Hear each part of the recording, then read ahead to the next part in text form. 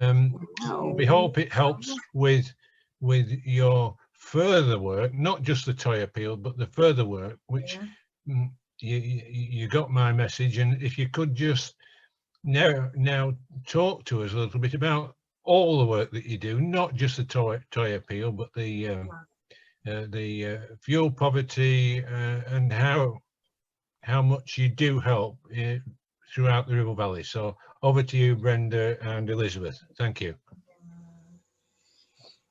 Well, we need to say right from the start, thank you very, very much for that wonderful amount, because without the help from people like yourselves, we couldn't do what we do. It is a costly way of helping people at times, but we have a community fund and you're helping to keep it afloat. Yeah. So that enables us to do the things that people need us to do to help them. It's not just a handout, it's what we intend is to do a hand up so that their lives are improved and they can get more control over their lives. So I suppose you would say our main thrust is whatever the need presented to us, we will try in some way to meet that need. And we get so many different needs. It's not just about food. Brenda will say something about fuel poverty, which is really at its peak, I think, at the moment with the cold and the wet. But if I could just give you a little run through of some of the unusual things that you might think, well, I didn't know you did that. It's because we try to meet any need that comes our way. And so recently we've had a young boy who was troubled at school, and it was recommended, he kept missing school, it was recommended that he went to another school, and they were supplied with a blazer, but trousers, shirt and shoes in particular they couldn't obtain. And so that was something that we managed to do, to get shirts, trousers and shoes for this young man to settle him into his new school. And it just makes all the difference to those. He's actually being brought up by grandparents because of family problems, and so it's just made such a difference to his grandparents as well as to the young man, knowing that somebody cares enough to do that for him. Sometimes we have to loan out electric heaters because I don't know whether any of you are landlords, but there are some in the Ribble Valley that are a little bit naughty when somebody's boiler breaks down, particularly when it's very cold. They don't immediately try and do something about it. And so we'll lend out heaters, we keep a little stock, sometimes we give them away. That's just one of the needs that we meet. We have people, especially families, who only have their white goods are always second hand. So washing machines, fridges and freezers are something that break down and are very often irreparable. So we will try and access second hand goods for them one way or another. We haven't yet got down to stealing, but we will beg or borrow. So that because if you've got children going to school, they need their uniforms washing frequently. So in all sorts of ways, we will obtain those white goods for them if we possibly can. We also actually, I just put in, we also have a washing machine in church. Yes, which if we can't find a washing machine for someone, we do have a washing machine that people can use to make sure that, you know, they're able to present themselves. We've got people who go for maybe interviews, and if they're not presented well, then they're at a disadvantage. So we do have a washing machine as well that people can use if needed. Yeah, yeah. In almost all household essentials, we can obtain one way or the other. We often raid our charity shop for things like bedding and new toasters for people who've been in the joiners or homeless, and they get into a flat but they have absolutely nothing. And so we do our best to fill that gap. Cups and saucers, cutlery, whatever we can lay our hands on, we'll try and meet that need. We've also provided bus or train tickets for various things, i.e. somebody whose father was dying in Birmingham and she hadn't got the money, she's on benefits. She hadn't got the money for the train fare, and so we were able to get that together for her so she could say goodbye to her father. And we often give away clothes and household goods. We even give away toys and children's books from our charity shop. You may have met the refugees with the beautiful little family that have been in town for about 3 months, I think, haven't they? When they first came, they had absolutely nothing. And we were asked if we could find clothes and toys for them. And it was a sheer delight to do so. Such a beautiful family have come from Syria. And so that was just another little thing that we were able to do.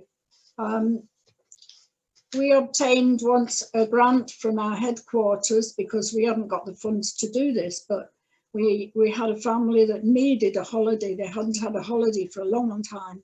And so we were able to just pay the cost of a short break caravan holiday for this family, not far away. I can't even remember, I think it was Blackpool. Yeah, not far away. And in the cheapest accommodation, but to them it was a real treat to be away from home. So that's just a little sample of some of the things that we're able to do, just to meet whatever need there is. We will find a way. Brenda and I will sit and talk about it and say, well, what about this? What about that? And we're not embarrassed to ask other people because we're asking for families. We're not asking for ourselves. And so, you know, we're bold enough at times to say, can you do this? Or can you let us have that at a cheaper price? Or whatever it is. So for your donation, we are absolutely delighted and thankful because we know it's going to help us meet some of those needs that come our way. Now, I think Brenda's more to say. I think some of the things that you probably are more aware of that we do are things like food.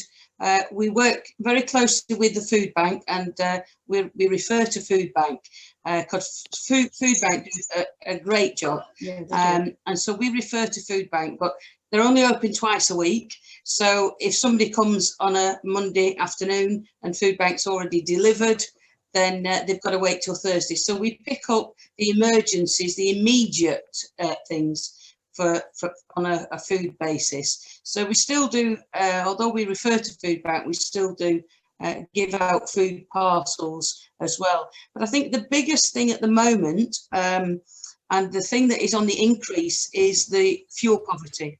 At the end of last year, the last 3 months of 2020, we spent over £1,200 in the 3 months on gas and electric for individuals and for families. Families use an awful lot of gas and electric.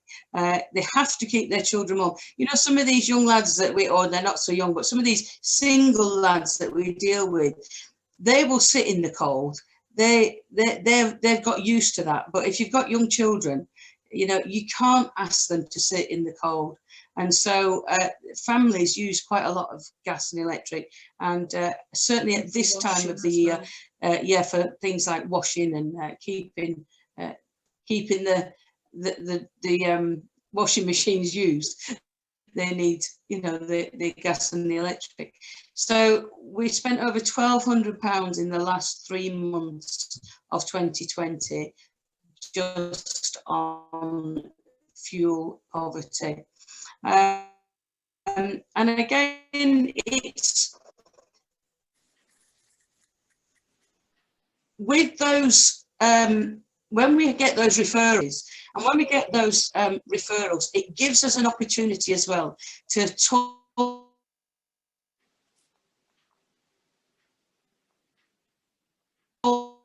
to people. We used to be able to sit and talk to people. Now it's mainly done remotely. We wherever possible to have face-to-face and go physically to to shop and kind of top up people, and to just try and understand a little bit more about the reasons why they're in that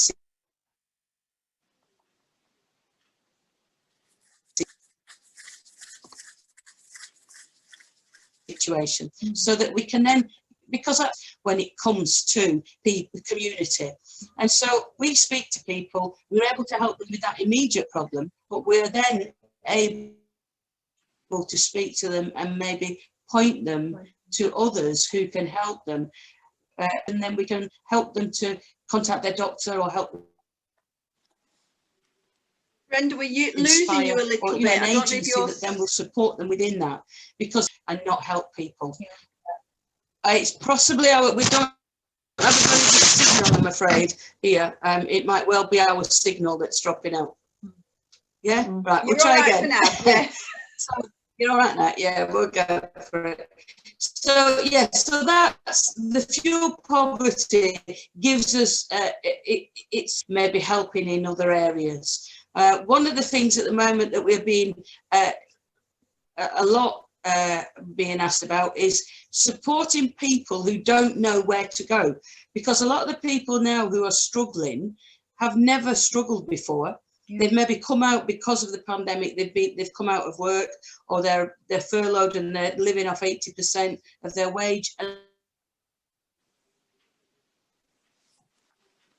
Oh, we've lost them again. And they're not used to it. They have big outgoings because they're used to working. And have I got? Can you hear me? Yeah, you're back.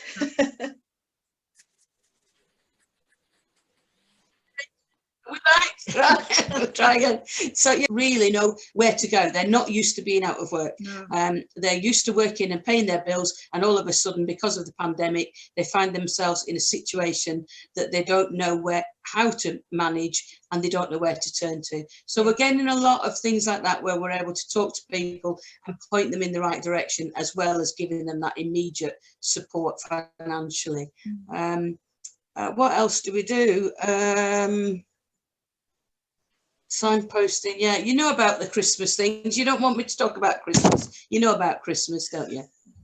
We do enough, and you've helped us, and we thank you for the help that you've given us at Christmas. Yeah. So so it's more about whatever need is presents itself. We try to find a way to be able to meet that need. Anything else that you want to say? I don't think so.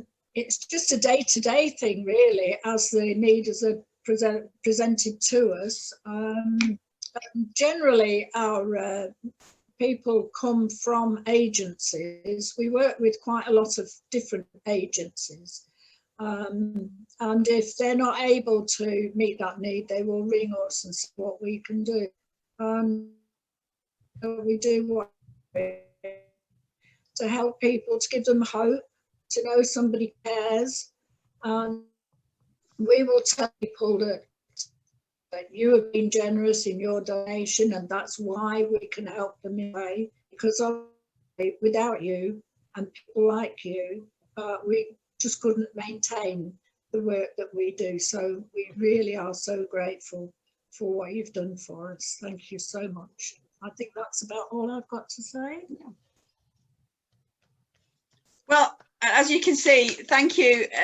I'm sure there's going to be a few questions. So if anybody does have a question, please unmute yourself. I'm on two screens, so you might have to wave a bit and hope that I notice, or raise your metaphorical hand for us. M is first. Yes, thank you for that presentation. I just really had a couple of queries. How many officers and volunteers do you have working for the Salvation Army in Clitheroe?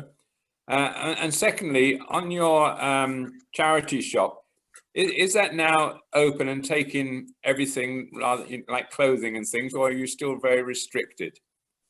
Thank you. Well, at the moment, our volunteers are laid off because we are meeting needs as they come. But we're not actually, the place itself is not open. And so it's down to...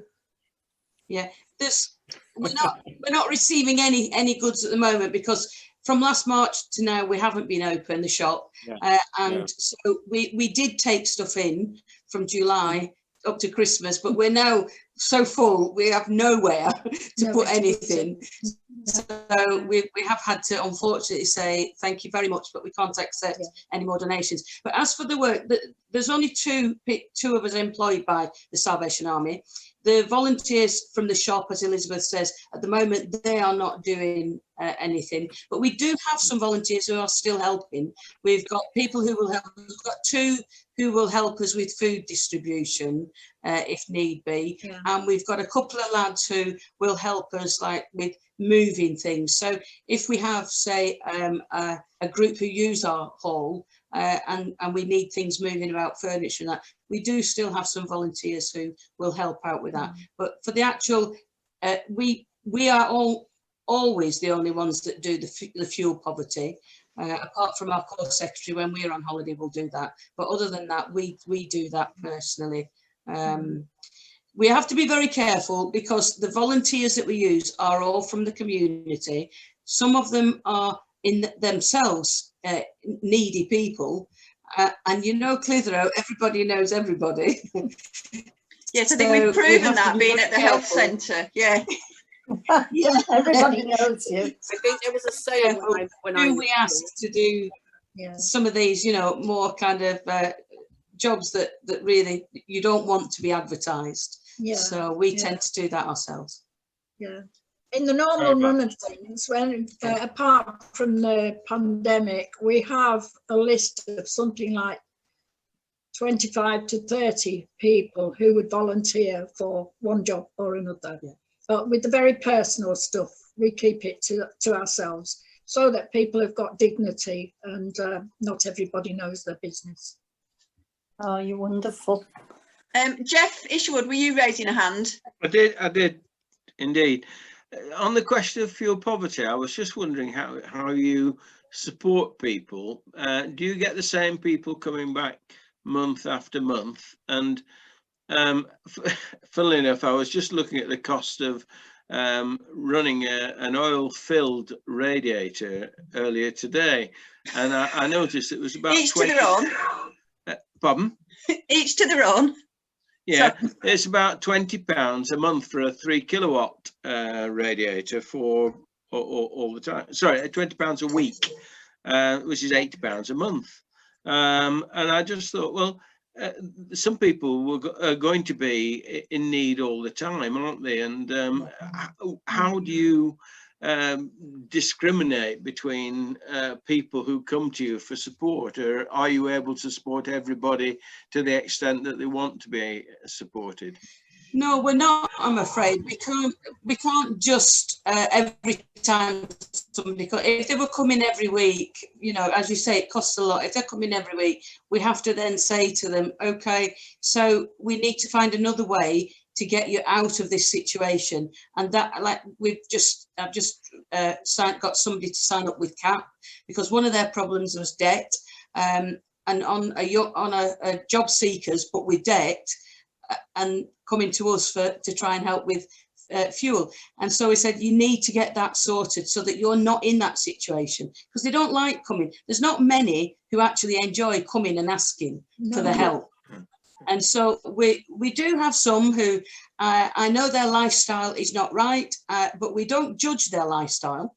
But at the same time, if they were coming too often, then we have to say to them, I can't keep doing it. There needs to be, if you have a crisis, then that's absolutely fine. Don't stop asking if there's a crisis, but I can't just do it because you haven't got enough money. We need to then look and see either budgeting or debt help, or whatever it is that needs to happen to help you to be able to manage your finances. And there is a lot of help around. And so we then try and help them to move on. I never say no. I always say this time, but then we need to do something. So we don't turn people away just with a straightforward no. Because at the end of the day, in this weather, if it's cold and you've no heating, then it's cold, you know. So we need to deal with the need, but also down the line, we need to be able to help them to pick themselves up as well. Yeah. Okay, thank you. Mary Robinson. Thank you. Hello, ladies. Hello, You know, I Mary. think you're both angels, both of you. Listening to how much you're being asked for and how tactfully and wonderfully you distribute this help. Rotary help you. Are there any other ways? Are there any other areas where we can ask for financial help for you? I just feel each individual must know somewhere or someone that could help you, because you do such a fantastic job. Also, I would like to know, how did you manage the Christmas dinners this year? Because I know every year you feed loads of people crammed in. How did you manage it this year? Did you take it out to them in some way? We did actually, yeah. I thought you did. Yeah. Yeah, it was amazing. We had a great Christmas, really, and we were able to, with donations, we were able to provide 21 families with the fresh food to be able to cook their own Christmas dinner. And that, the community church helped us distribute that, and different volunteers. And we did that sort of on the Wednesday before Christmas. So they knew they got their dinner, they were fine. But on the actual day, with the help of the booking at Paythorn, they rang and said, we've got a few dinners. If you know anybody who's not going to have a Christmas dinner. So I said, I'll send you 4 names. So I did. And she said, is there any more? So I sent her another 7. Should I see what I can do? Anyway, eventually she got back to us and said, we've got 22 names, Brenda. Brenda, can you ring me? We've got 32. At 40, we said, please stop now. So they provided us with 40 3-course meals, which we collected on Christmas Eve, and we delivered Christmas Eve ready for them for Christmas Day. And then on Christmas Day itself, we took out 30 plated teas, which were courtesy of the Parker's Arms. William Blythe's at Longridge did us some goodie bags to go with them, along with some gifts that we bought or that people had donated, so that those people, because it's not just about food Christmas Day, it's about the isolation. People we've been isolated too much, haven't we, this year? And so for some people on Christmas Day who don't see anybody, we wanted somebody to land on their doorstep, leave them a bag, stand back and just have a quick chat with them, wish them a happy Christmas in person. And so that's how we did our Christmas Day this year. I'm hoping next year we'll be back in the building in the warm, but that's how we did it this year. Thank you. I know I've joined you for coffee on Christmas Day on a number of occasions, and seeing what a wonderful job you have done with lonely people, which it used to be in your little shop, all squashed into the back room. It's great now in the big building. It's great. You do a fabulous job. I did see somebody else waving at me, but I can't. Oh, Anne-Marie, Anne. Sorry, yeah, Anne. Don't. Just need you to unmute yourself, Anne. Oh, you need to unmute yourself. There we go. Just wondering, ladies, where you got the names for the children that had those wonderful Christmas presents. Do you receive the names from social services and places like that, or do you have a special way? Most of the names come from agencies. One of the largest is domestic violence. They are our largest number of names. We also have self-referrals, and they're generally families that we're working with throughout the year. So we know them and we know that there is a need. And some are small, some single mum with 1 child, and then you get a single mum with 8 children. And so, you know, the numbers mount up, but mainly they come from agencies. So people you are a wonderful resource. Yeah, wonderful. Thank you. Wonderful. And again, we couldn't do that without the public donating toys. Yeah. We would never It's be been able amazing. to do it. This year was totally amazing. Oh, it was. Yeah. Awesome. Christmas. Any more hands? Any more questions?